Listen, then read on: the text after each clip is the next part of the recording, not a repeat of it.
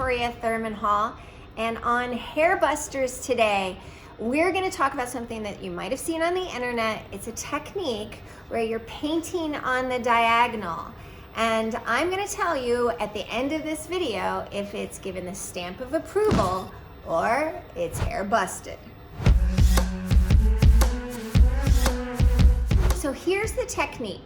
You take a bigger section, weave out big pieces, then paint on a diagonal with a 45. I wanted to take a super scientific approach to all of my experiments with doing this technique.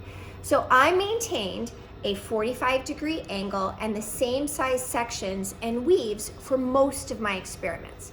My modifications, I kind of took some liberty, but I want to be able to show you what you can do with this technique, but with some modifications. Let me show you. All right, let's start first with what the technique looks like in its pure form. I know it looks like a line when I hold it down. You can see a line coming across.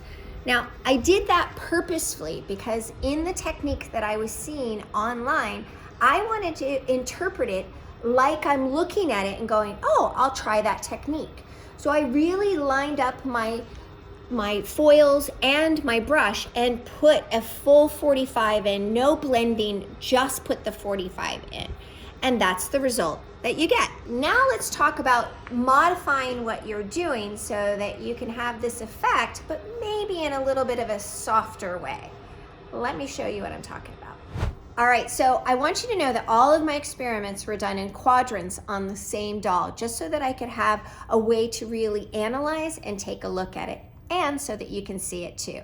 So let's talk about my modification that I did here. What you can see is that I have the same sections going throughout the doll.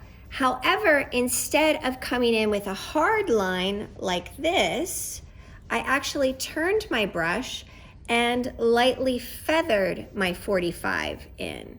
So with my lightener, I came in and lightly feathered. So you can see it's a lot more diffused than the other side in its pure technique. So you can see a little softer versus a little bit of a harder edge. All right, let me take you through what we did today. We took a look at the pure technique over on the side with using the brush flat in a 45 after I've done a weave.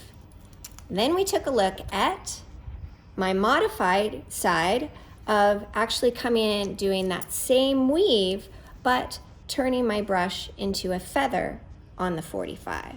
The next modification is through this back area and picking up the weave, but then using my teasing comb in order to get a softer weave. And last but not least is coming in with a full slice and using my teasing comb and feathering in order to have all of it look soft and gentle.